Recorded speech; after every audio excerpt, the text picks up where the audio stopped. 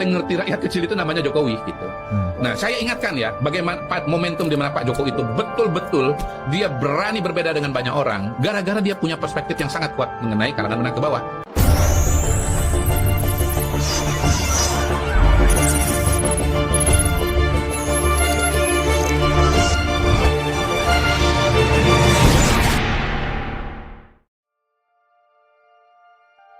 Kenapa setiap hari ada saja orang yang kerjaannya menjelek-jelekkan Pak Jokowi?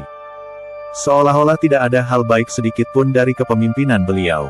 Padahal jelas, Jokowi jadi presiden karena dipilih rakyat. 2 kali. Itu bukan kebetulan, itu bukan rekayasa, itu adalah suara murni jutaan rakyat Indonesia.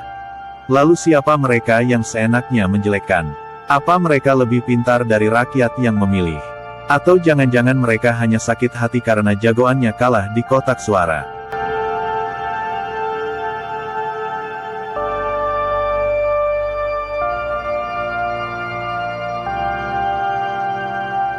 Ya, untuk beliau Ya. di Pas Pampres. Detail banget, Mas. Detail banget. Ya sama kayak Pak Andi kan boleh gitu. Saya merasa sudah detail. Saya merasa ya. Begitu berjuang untuk beliau, banyak pertanyaan beliau. Itu yang menurut saya, jangankan kalau saya sudah menduga pertanyaan itu masih mending. Menduga tapi belum dapat jawaban. Ini terpikir pun enggak. Tahu beliau tanya, sangat teknis. Jadi itu, saya jawab apa adanya juga. Waduh, mohon maaf Pak, belum saya pikirkan, tapi sekarang akan saya cari jawabannya. Mengkasuskan Pak Jokowi sepertinya Pak Prabowo akan, atau proteksi politik, ya ini mungkin bahasa akan diberikan. Paling ngerti rakyat kecil itu namanya Jokowi gitu. Nah, saya ingatkan ya, bagaimana momentum di mana Pak Jokowi itu betul-betul dia berani berbeda dengan banyak orang, gara-gara dia punya perspektif yang sangat kuat mengenai kalangan menengah ke bawah.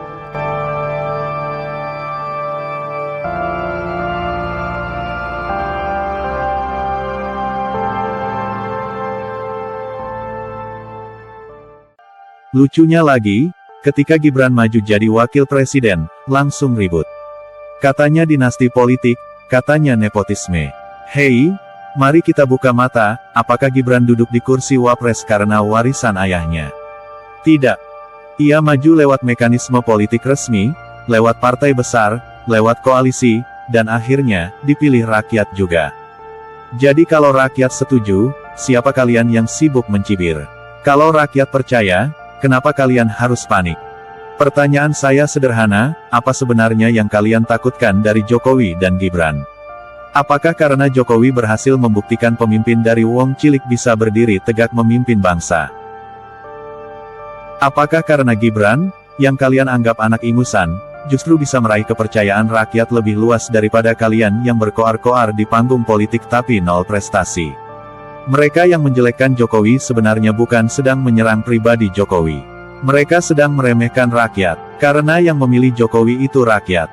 Yang mengantarkan Gibran ke kursi wakil presiden itu rakyat. Jadi, setiap hinaan yang mereka lontarkan sejatinya adalah tamparan bagi suara rakyat Indonesia. Mari kita buka topengnya, banyak dari para pengkritik itu bukan peduli bangsa. Mereka hanya haus kekuasaan, haus jabatan, dan sakit hati karena kalah. Mereka tidak sanggup bersaing di jalur demokrasi, akhirnya jalannya adalah fitnah, caci maki, dan propaganda murahan. Rosuryo, gua langsung keinget tentang penistaan agama yang telah dia lakukan. Dia membuat meme stupa hanya karena sentimen dia terhadap Bapak Jokowi. Di stupa itu ada muka Pak Jokowi, terus dia repost, akhirnya masuk penjara. Lalu ngomong seolah-olah dia ini adalah orang yang paling berilmu pengetahuan. Bahas ijazah apa pentingnya hari ini? Syarat minimal menjadi presiden juga kan hanya SMA sederajat. Apalagi kalau misalnya nanti terbukti kalau Pak Jokowi itu ijazahnya nggak palsu. Ya, maksud gue gini, ini bukan perkara tentang Pak Jokowi atau bukan. Ini perkara, lu sebagai orang yang berpengetahuan seharusnya membahas dan memberi gagasan untuk pemerintahan yang sekarang, Bapak Prabowo Subianto. Jadi, lu ini sakit hati banget sama Pak Jokowi sampai ganti presiden. Lalu hari ini orang-orang udah pada ke bulan, orang udah bicara tentang hal yang di luar pengetahuan orang Indonesia. Lu masih ngebahas ijazah. Apa pentingnya ijazah?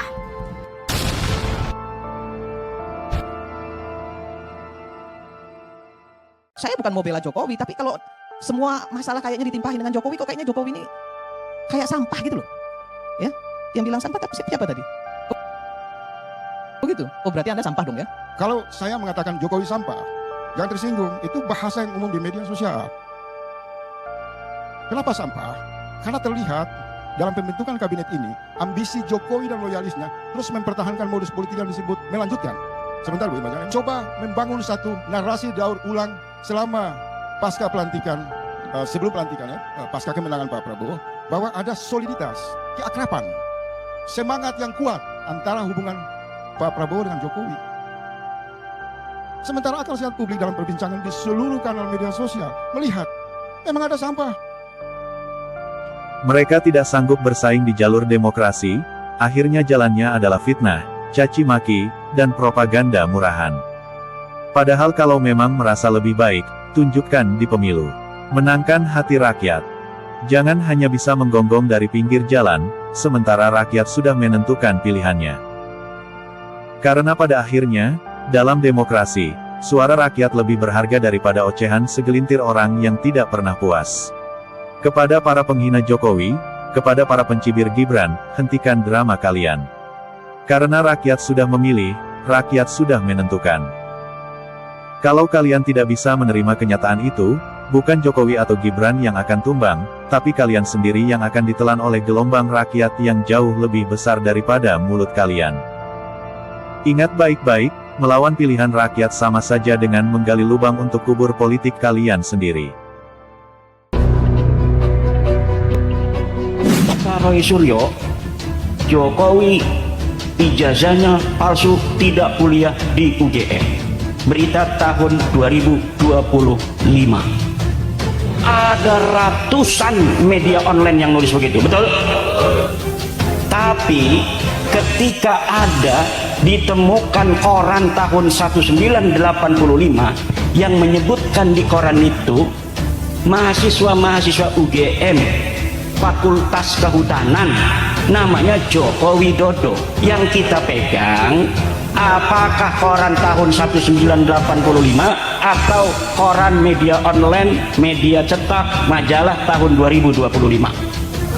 Tahun 1985. Kenapa? Karena kejadiannya TKP-nya itu ada di UGM tahun 1985.